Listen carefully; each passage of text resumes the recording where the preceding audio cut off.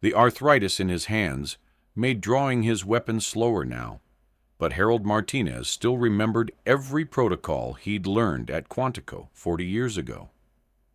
The other guards saw him as harmless, a grandfather figure who'd probably never drawn his sidearm outside of qualification.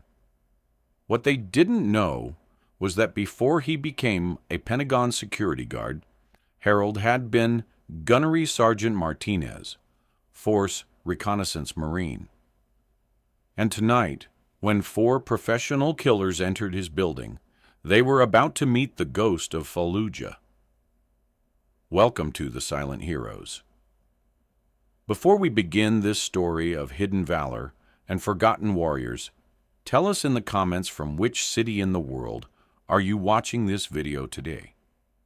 And if you believe stories like this deserve to be heard, hit that subscribe button and help us honor those who never stopped serving, even when the world stopped noticing. The Pentagon never truly slept, but after midnight, it breathed differently, softer.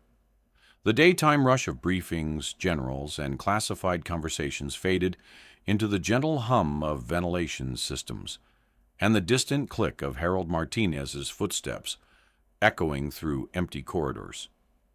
To the day shift guards, Harold was invisible. At 67, with silver hair and reading glasses hanging from a chain around his neck, he looked exactly like what he was supposed to be. A harmless old man, grateful for steady work and decent benefits.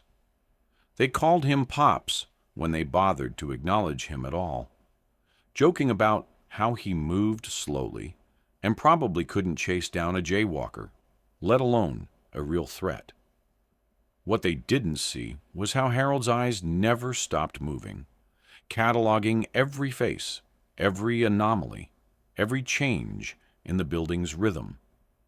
They didn't notice that his slow movements were actually calculated, deliberate. The gait of someone who had learned that speed without purpose was just noise. And they certainly didn't notice the small tattoo on his left wrist, usually hidden beneath his uniform sleeve, an eagle, globe, and anchor wrapped around crossed rifles. Harold's route never varied. Level by level, corridor by corridor, checking doors that never opened, monitoring feeds from cameras that rarely showed anything more interesting than a late-working analyst grabbing coffee. But tonight felt different. Something in the air, perhaps, or maybe just the restlessness that came with too many quiet nights. At 11:47 p.m., Harold settled into the security booth for his hourly break. The bank of monitors before him showed empty hallways, vacant parking lots, and the familiar glow of emergency lighting. He poured black coffee from his thermos, black, no sugar, a habit from deployments where luxury was measured in calories rather than taste. At 12:23 a.m., movement appeared on camera 7 near the outer perimeter fence. Harold leaned forward, adjusting his glasses. Probably just a raccoon, he thought initially. But the movement came again, and this time Harold's blood chilled. 3 figures in black moved with the kind of fluid coordination that could only come from extensive military training. They weren't random intruders. These were professionals. Harold's fingers moved to his radio, then stopped. Who would believe him? The duty officer would probably assume the old man was seeing things, letting his imagination run wild during another boring shift. By the time backup arrived, if they even bothered to respond, these infiltrators would be deep inside the building. He watched as the figures reached the outer security barrier. Instead of cutting through the fence or triggering alarms, they produced what looked like specialized equipment. Signal jammers, Harold realized, designed to create blind spots in the sensor grid. Military-grade gear, government-issued possibly. His arthritis-stiffened fingers found his sidearm, a standard-issue Glock 22 that he'd qualified with every 6 months for 8 years, but never expected to draw in anger again. The weight felt foreign, yet familiar, like greeting an old friend after decades apart. The radio crackled with routine chatter. Sector 7 to Control. Periodic check. All clear down here. Harold keyed his radio, keeping his voice steady. Control, this is Sector 12. I'm showing some interference on the eastern cameras. Might want to run a diagnostic. Copy, Sector 12. We'll have tech look at it in the morning. Morning would be too late. Harold was on his own, just like old times. Through the monitors, Harold tracked the intruders as they moved through the outer perimeter. 4 now. The 4th must have been positioned as overwatch, invisible until the others were in position. Classic Force Recon tactics. Harold should know. He'd helped write some of the manual. They reached the building's northeast entrance, a service door that led to the intelligence analysis wing. Harold felt his pulse quicken. That section housed some of the Pentagon's most sensitive operations. If these weren't random criminals, and their precision suggested they weren't, then they were here for something specific, something worth killing for. Harold's legs carried him through corridors he knew better than his own heartbeat. The arthritis that had slowed his morning routines seemed to evaporate, replaced by the fluid movement of someone who had once moved through hostile territory as easily as walking to the mailbox. He reached the northeast stairwell just as the soft click of a breached door echoed from 3 floors below. They were inside, moving with the confidence of men who believed they faced nothing more dangerous than sleepy security guards. Harold drew his weapon, checking the chamber and safety with movements that had been muscle memory for longer than some of these intruders had been alive. His hands might be slower now, but they were steady. Pain was just noise, and noise could be ignored when lives were at stake. He descended the stairs like a ghost, each footstep placed with the precision of someone who had learned that the difference between silent movement and detected movement was often measured in heartbeats. 40 years of training kicked in, overriding age and infirmity. The first intruder never saw him coming. Harold found a figure in tactical gear kneeling beside a security panel, connecting an electronic device. The man's weapon was slung, attention focused on bypassing classified access controls. "Federal security," Harold said quietly. "Don't move." The intruder spun, hand moving toward his sidearm, but Harold's weapon was already trained on center mass, and 40 years of training had taught him that hesitation was a luxury professionals couldn't afford. The suppressed shot was barely louder than a cough. The intruder dropped without a sound. Harold checked for vitals while scanning for teammates. Professional gear, no identification, military-grade weapons. This wasn't robbery. This was something else entirely. His radio crackled. "Phoenix lead, report status." Harold keyed the dead man's radio. "Moving to secondary position." "Copy. Alpha and Bravo teams are in position. At least 6 more hostiles." Harold felt familiar tactical calm settling over him. The arthritis, gray hair, reading glasses, all faded away, leaving only Gunnery Sergeant Martinez, Force Reconnaissance Marine. Harold moved through the corridors with the practiced silence of someone who had spent years perfecting the art of invisible war. The building's layout, memorized through 8 years of routine patrols, now became a tactical advantage. He knew every blind corner, every sight line, every choke point that could be turned into a killing field. The second team was moving toward the classified server room, their footsteps audible to someone trained to hear what others missed. Harold positioned himself at the intersection of two corridors, using the building's architecture to create a fatal funnel, a position where any enemy movement would be channeled directly into his field of fire. They came around the corner in professional formation, weapons raised, scanning for threats they didn't expect to encounter. The first man took Harold's bullet center mass before his finger could find the trigger. The second managed to raise his weapon before Harold's follow-up shot dropped him beside his teammate. The third man dove for cover, shouting into his radio with the desperation of someone who suddenly realized he was outmatched. "Contact! We have contact on level 3. Security is armed and active." Harold was already moving, using cover and concealment to reposition before return fire could pin him down.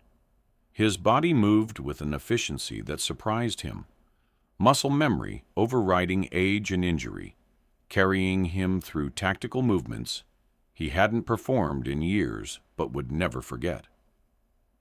Harold Martinez, he whispered to himself as bullets sparked off the corridor walls behind him. Force Recon, Quantico class of 82. Still here, still fighting. The building's alarms triggered, bathing corridors in red emergency lighting. Harold could hear legitimate security forces responding, but they were too far away, and the remaining intruders were too close to their objective. Harold reached the server room first, positioning himself behind the steel door that housed the Pentagon's most sensitive intelligence data. If the infiltrators wanted classified materials, they'd go through him. They came hard and fast, 3 figures in tactical gear, moving with special operations precision. But they expected building security, overweight guards with minimal training. Instead, they found the ghost of Fallujah. Harold's first shot took down the point man. His second dropped the man behind him. The third dove for cover, but Harold was already moving, using angles that turned furniture into defensive advantages. "Who are you?" the surviving intruder shouted. Harold stepped into view, weapon trained steadily. In the red emergency lighting, his face looked exactly like what he was, a warrior who had never stopped fighting. "Gunnery Sergeant Harold Martinez," he said quietly, "United States Marine Corps Force Reconnaissance, and you're trespassing in my building." The intruder's weapon clattered to the floor. He raised his hands, eyes wide with recognition that he'd walked into something beyond his operational parameters. When the Pentagon's tactical response team arrived, they found Harold sitting calmly on a bench, weapons secured, reading glasses back on his nose as he filled out an incident report. Around him, 6 bodies lay in positions that spoke of professional precision. The team leader approached cautiously. "Sir, are you injured?" Harold looked up, and for a moment the captain saw something in the old man's eyes that made him straighten his posture. "No injuries, but you'll want to check these men's equipment. This wasn't random." Lieutenant Colonel Sarah Chen arrived 20 minutes later, surveying the scene with disbelief. "Mr. Martinez, the report says you engaged and eliminated 6 armed intruders. By yourself." Harold nodded. "Yes, ma'am. They were attempting to access classified materials. These weren't criminals or terrorists. Military-grade equipment, encrypted communications, foreign intelligence identification." "No, ma'am, they weren't." Colonel Chen studied Harold's face, seeing something that hadn't been visible during routine interactions. "What exactly was your background before working here?" Harold stood slowly. "Gunnery Sergeant Harold Martinez, United States Marine Corps, 1979 to 2001. Force Reconnaissance, 3 combat deployments, honorably discharged. The words hung like a revelation. Why didn't you mention this before? Harold adjusted his reading glasses. Ma'am, the job posting asked for a security guard, not a war story. The investigation revealed that the Intruders had been part of a sophisticated espionage operation, targeting classified intelligence about emerging military technologies. Harold's intervention had prevented a security breach that could have compromised operations worldwide and cost countless lives. The Pentagon offered him a promotion, a transfer to a more prestigious position, recognition for his service. Harold declined them all. He returned to his night shift, walking the same corridors, checking the same doors, invisible once again to those who didn't know how to look beneath the surface. But things had changed in subtle ways. The younger guards no longer called him Pops, with quite the same dismissive humor. Senior officers nodded with genuine respect when they passed him in the halls, and sometimes, late at night when the building was quiet, Harold would catch other veterans among the staff giving him the kind of nod that passed between warriors who recognized their own. Harold never spoke about what happened that night. When pressed by curious colleagues, he would simply say, "I did my job," because to him, that's all it had been. A continuation of service that had never really ended, just taken different forms over the decades. Some people retire from military service. Others just change uniforms and keep serving, carrying their training and dedication into civilian roles where their experience might never be recognized or needed, until it is. Harold Martinez continued walking his rounds, invisible to those who only saw an aging security guard with arthritis and reading glasses, but ready for any threat that might emerge from the darkness. Because some Marines never really stop being Marines. They just wait quietly until the moment comes to prove that loyalty, courage, and skill don't fade with age. They just go underground, hidden in plain sight, protecting the very people who can't see them for what they really are, guardians who never stopped standing watch. So tell us, have you ever encountered someone like Harold? Someone whose quiet competence hinted at depths you couldn't imagine? Share their story in the comments below, because here at the Silent Heroes, we believe the most powerful stories often belong to those who never ask to tell them. And if this story reminded you that heroes walk among us every day, wearing ordinary uniforms and carrying extraordinary histories, subscribe to our channel and help us honor the silent guardians who keep us safe. Thank you for watching. Until next time, remember, you never know who might be standing watch in the shadows, ready to step forward when duty calls.